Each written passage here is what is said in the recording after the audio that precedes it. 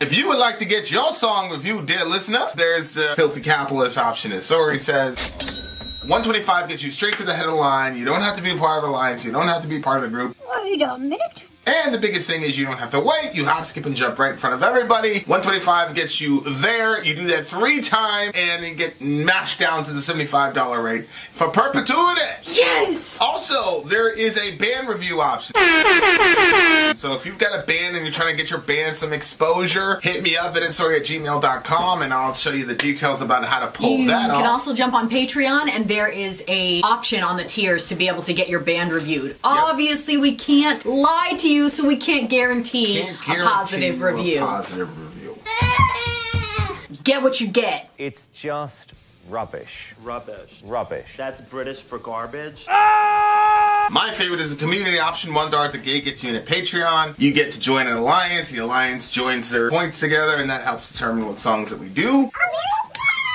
The alliances hang out on Discord. Message me on Patreon to get the link. And they do all kinds of other cool things. They do Minecraft. Dungeons and Dragons. Yeah. It's really a community within the community. Anybody can go in the village, facebook.com/Vin and Sori. There's 160,000+ people on the channel. What's cool about the Discord is that it offers a real opportunity for community connection, friendship, that type of thing. And it's on Discord, so if you're not a Facebook person, it's for you. You start off at $1. Right. Plus you get exclusives. Sori and I are working on a song. So the first 15 seconds of that was on Patreon. Also, at $15 tier and above, when we actually debut the video, they're going to be there live with us. There you are, dear listener. Buy merch. And on that note, what's going on, dear listener? My name is Vincent. And I'm Sori. And we're doing a DJ stream. We're doing a DJ stream is where you get to pick every one of the songs we're going to listen to, and you are our personal DJ for. Is this handsome fella? Fun. This is Nick. This is DJ Nick. DJ Nick. I believe he lives close by us too, but he won't meet with us in person because he thinks we're losers. It's because he's like, I'll let you rate my songs in my DJ stream, but I'm not spending any time with you. He's smart. He's smart. Okay, ladies and gents. Okay, so next up on the list is Geils Band-Musta Got Lost. Must have got lost. I could say something about that, but I won't. So could I. Really. Must have got lost, Geils Band, and it's live. You guys know how I feel about live performances. Let's go. Well, hold on. This song has a little introduction to it.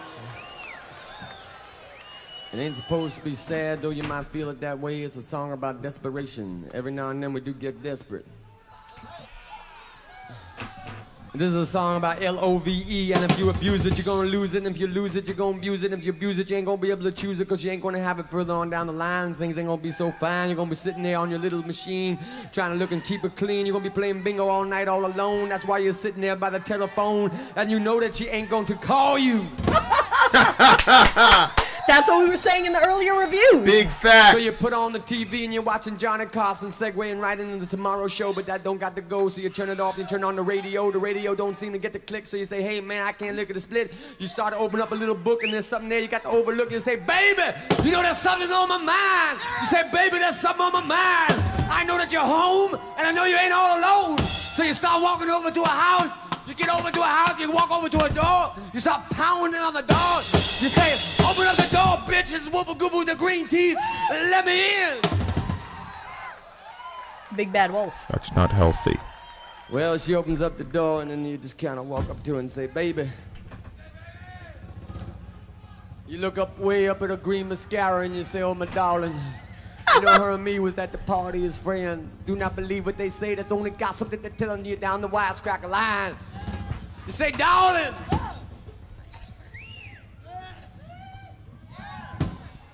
Take your big curls and just squeeze them down, Rotumba.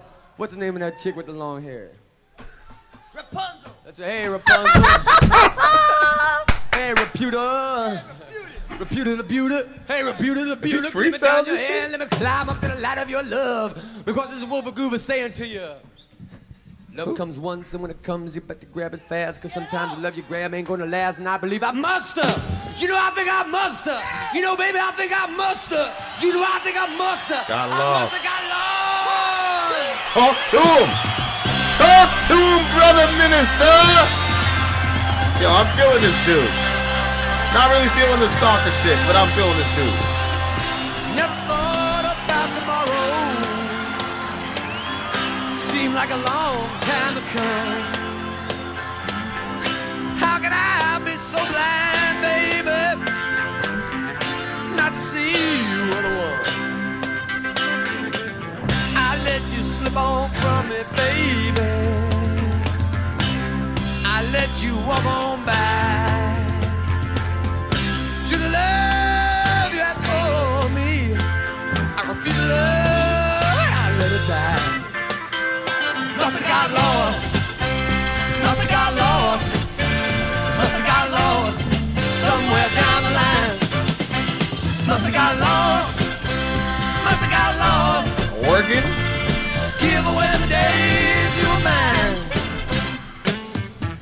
Don't know why I let you leave me. Honey, I don't know. Say it's hard to see loving coming, baby. Honey, I've always seen it go. Must have got lost. Must have got lost. Must have got lost somewhere down the line. Must have got lost. I got lost. Give away the days you were mine. Love can be a sweet thing. Girl, I just don't understand.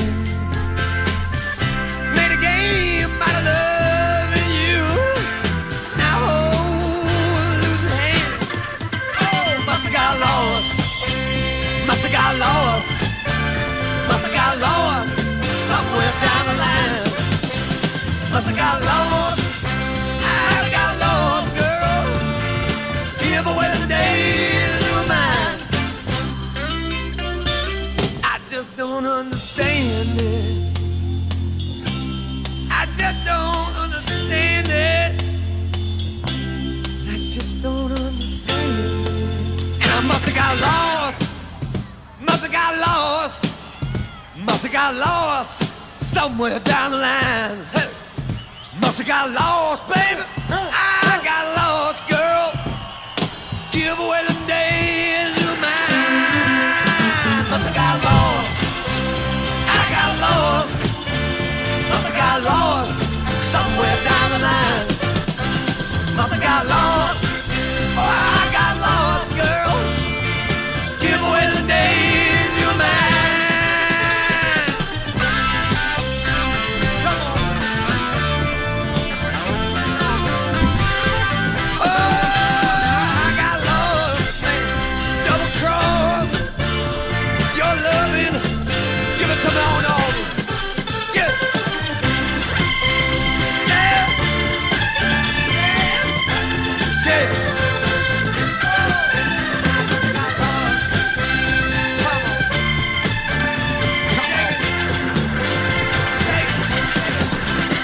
Your love got me higher than I ever been lifted before. I said your love got me higher than I ever been lifted. Oh,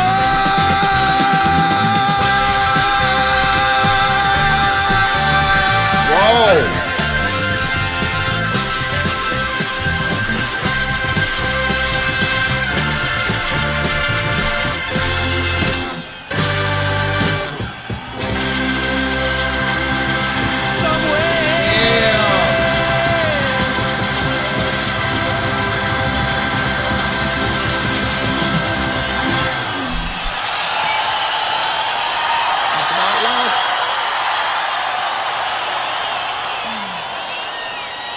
Down the line. Dun, dun, dun, dun. Wow. Yeah, man, I don't know, bro. Like, I feel like, I talk about being in the 70s, you know what I'm saying? Yeah. Like, having them. I'll explain to you. I got a theory about that now. Oh, so After now you'll explain it? After listening to you. Really? Yeah, like, obviously, I don't believe that I was, like, actually around in the 70s. Awful slang. Does he say that anymore? I don't heard him say that. No, that was only in that one video. Well, Well, he'll say obviously, but he doesn't do it when he's rubbing his nose. Geils Band, I guess. Yeah. That's Peter something. The lead singer's Peter Wolf. That guy. I loved this. I love that they did the spoken word part at the beginning. Yeah. And like. What's that girl's name? Yeah. Rapunzel. The one with the long hair.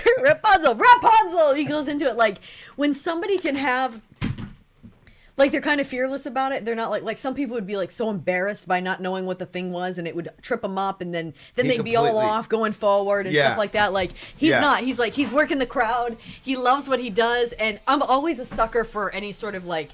I know this is not like a spoken word where it's like, but speaking in the middle, like or at the beginning or as a part of a song. I'm with you. I love that. I'm with you. And I thought that he was dropping some real knowledge at the beginning. It was almost like it's almost like he heard our previous videos and he was like, "Let me drop the knowledge in a more concise way." This is a song about love, and if you abuse it, you're gonna lose it, and if you lose it, you're gonna abuse it, and if you abuse it, you're gonna be close to choose it. Like how he goes up. Yeah, he did it. I actually wasn't planning on reading it like that. I was. He did a good job. But I was with kind of forced into reading it fast. Although current situations considered. With the whole Kanye West situation, where he was talking about like showing up at the girls, whatever. Okay, wait, which thing? Because all I know is that he bought a house right across the street, and like the conversation came up with the kids around. So I was like, I didn't say anything because you had already said your piece, but I was like, no, absolutely not. What, him buying a house across the street? That's some bullshit. Well, that's some bullshit. Well, they have kids involved. I know. And so does everybody else that goes into divorce. I could see myself doing that. Honey, you would never be in that situation. The kids would be at your place. Yeah, but if I was in Kanye's situation, the house thing is not as crazy as people think it is. Where's she going to have any of her privacy? I mean, if she Why does it have to? No. If she says, well, you have the kids then, and I'll visit the kids, and he still lives over there, then I'll say, okay, there's a problem there. But the other thing is, I was reading it today where he was telling his fans to go up to the dude that she's dating now and say, Kim Ye forever! And like he said, scream it at the top of your lungs. And like she reached out to him and was like, yo, people are crazy. You can't deploy your millions of fans to yell at my boyfriend. What the fuck is wrong with you? Like, you'll get him killed. He's a little, Oh my God. The dude, he's not a gangster. You know what I'm saying? He's just a white dude trying to, get along with life. So, yeah. And all the stuff he'll post all this stuff about her, then he'll delete it. Post and delete it. He keeps calling her his wife. Okay, see, that's what I'm saying. You know what I'm saying? Shit like that, like I agree. But if I just think that you're a particular type of person, and I think that you could, you would have the opposite problem. You wouldn't be in the situation where you'd be like stalking the person. You'd be in the situation where you'd still like keep like helping this person constantly. You know what I mean? Like, no, I wouldn't stalk the person. Exactly. But, but back in I think that if you went and moved next door, it would literally because you wanted to be around the kids. Well, yeah. Okay, here's a question. If something happened between us, would you move in next door to me?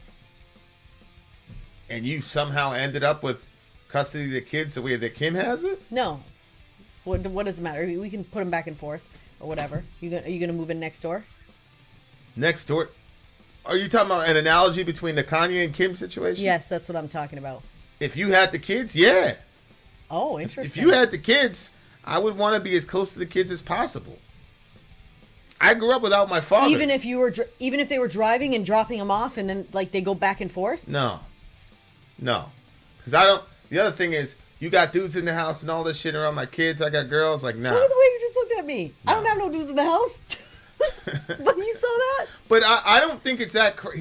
I'm pretty sure he's got daughters and sons, and now I don't know really. Anything about his girl is known to be very. She's always got dudes. Say it that way. So I understand why he would want to have eyes on that situation with his kids involved. Now, if they didn't have kids, if that's what it is, if that's what it's about, if they didn't have kids together, then that's a different story. And he moves right next to her, that's a different story. Yeah, I still don't. But I don't know what's their custody situation. She has full custody. You got dudes around the house, and because Kanye's crazy apparently, and so she probably got some sort of custody or whatever. But yeah, I mean, you got all these dudes coming in and out my house when I got daughters and shit. Like, get the fuck out of here. I would be, yeah, for sure.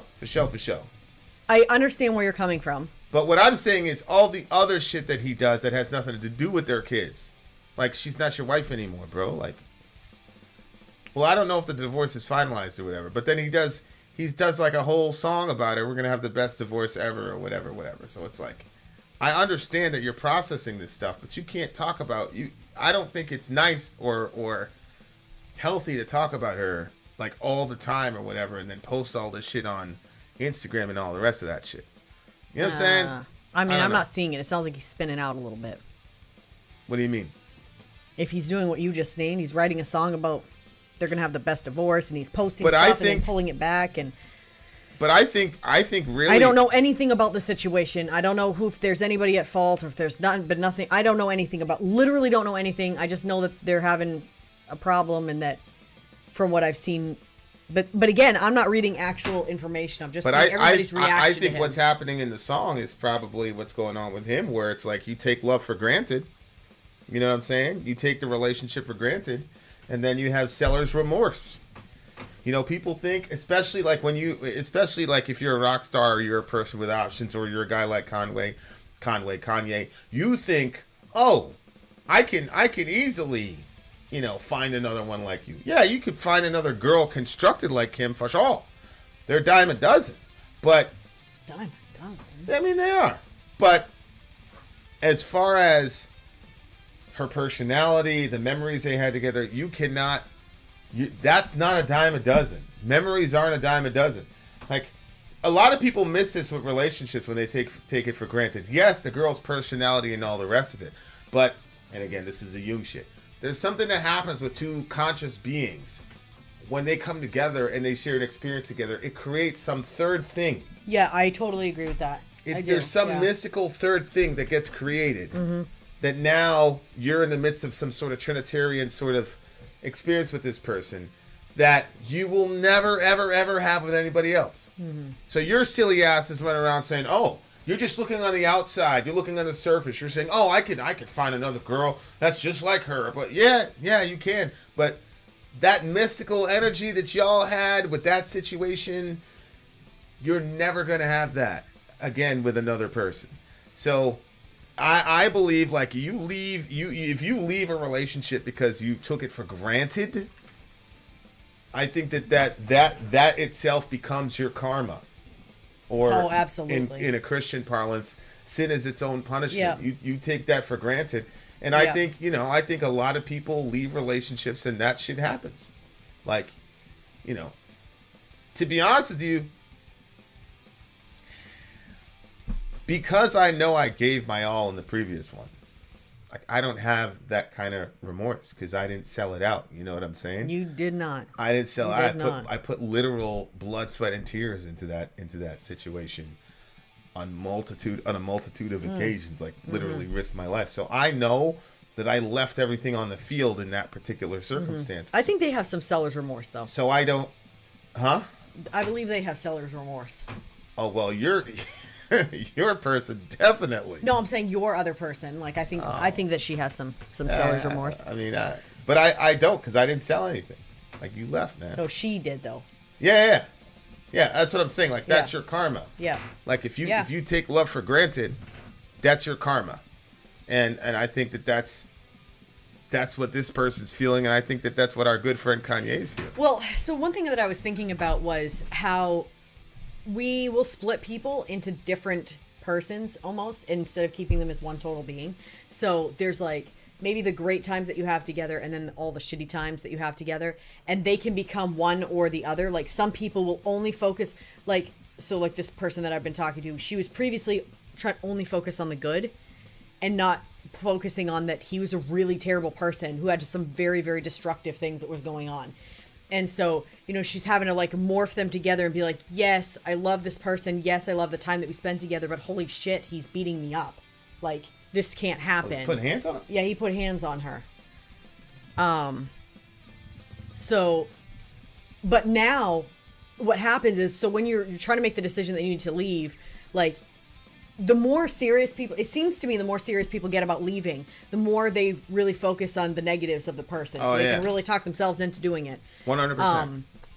And then once they leave the person, then it's hard to stop thinking about the good and the good times. And maybe, and then the bad ones kind of get pushed aside. But I think that, and I was typing it out, but then I wasn't sure, like, anyway, so I thought to myself, I wonder if that's part of the process of healing is making the person one person and like seeing people as one person and not dividing them into categories that are easy, make them easier and more palatable to us, I guess. So I thought, well, when she'll really know when she's really hit like another phase of healing, when she can, and we talked about this because we basically went through divorces at the same time. It was really painful because you were going through your stuff and I was going through my stuff, and we had been friends with each other. So it's like, here's my broken arm, let me try to help. You know what I mean? Here's your broken leg, let you pull. You know what I'm saying? Like, so it was a really, really difficult time because not only were we trying to get past our own hurts, but to try to help each other. And I don't know. But that's what I was gonna say, is that one thing that I couldn't believe Vin said. I was trying to just demonize my ex because that was easier to just think about all the horrible stuff that he did, so then I didn't have to feel at all sad because nobody's a total horrible person, but then like you and I had lots of conversations where you would be like, you let me know that it was okay for me to still feel like I loved him even though I could not be with him. Like those things were not going to change. Those things were going to get worse. And so accepting that about myself, like I didn't realize like how many people will be in that situation where they just want to demonize the ex instead of accepting the fact that they do love the person, or they did love the person, or they still love the person, or maybe they have more feelings of love for them than they actually wanted, but they understand that the relationship is so unhealthy they can't continue on like that. So you don't have to demonize the person. You can look at all of it and try to see the person as a whole and say, okay, I'm not going to accept this from this person, and the way that they treated me was wrong and abusive, and this shouldn't have happened. But I don't hate the person, and I don't need to hate them for me to make this decision. But I think sometimes we feel like we lack the motivation or the staying power of being able to stick with the decision, because when you love somebody, you want to keep giving them chances and you want to keep making it work. But if they're an abusive person, nothing's going to change them unless they actively work to change themselves and get into healthier environments. People, just because they say, oh, it's never going to happen again, it's never going to happen again, and then all of a sudden it happens again when stress gets high or this or that or whatever. So, yeah. No, it's, this song is the other side. This song is the person who lost the person who finally made the decision. But, that is what that is. You think they lost the person and that's why he's going up to the house? Yeah. That's why he said, don't believe all that shit those people were saying. Oh, okay. All right. That's why he was talking about not taking love for granted. See what I'm saying? Mm-hmm. And dudes tend to be really, really physical in their assessment of relationships and things of that nature. So it's like, well, I mean, hey, I've got these girls in front of me, yada, yada, yada, so I'm going to do this shit. And then afterwards, you're thinking about, fuck. It's the opposite side of what we talked about in the previous song. You know what I'm saying? And so I would encourage you, brothers, that you are more than a and we talked about this, in the Green Day thing, where it is disastrous to manage your sexuality as the ultimate goal of my sexuality is ultimately about my physical pleasure. Because, great, so now you're at a party, okay, and there's a bunch of girls willing to give you physical pleasure. But what about that mystical union you have with that other person? And so can you replicate that intimacy that you had with that other person at that party? No, you can't. But if you're going to put your physical pleasure as the ultimate goal of sexuality, then you end up with songs like this.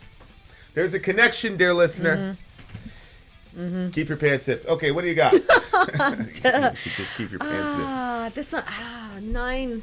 When God gives you a law, there's a reason for it. Go ahead. I mean, Nick, geez, I feel like you should have given us like one shitty song so that we could feel. I know, he should give us a terrible song. He's like, what? I'm not paying for trash. Okay, I'm gonna go with the. Oh, Nick's, I really like he's 9.8. I like this one a lot. I'm also gonna have to include the opening monologue. I was too. I was literally thinking about it when I was I'm not making sure my, if the opening monologue is necessarily part of the song. But you gotta include it. And there's a lot of wisdom in it. Some of it's funny, some of it's toxic. There's a lot of freaking wisdom in it. So, Nick, for the last freaking time, another freaking 9.8 for freaking Nick and his horrible. Ugh. All right, Nick. He's just wrecking. Tony, you're no ghost to us. Stop it. He's wrecking. Oh, Pony's here. He's wrecking. I said Tony. He's wrecking shop. He's wrecking shop right now, for sure, for sure. Having said that, dear listener, Vin out. Sorry out. Gone.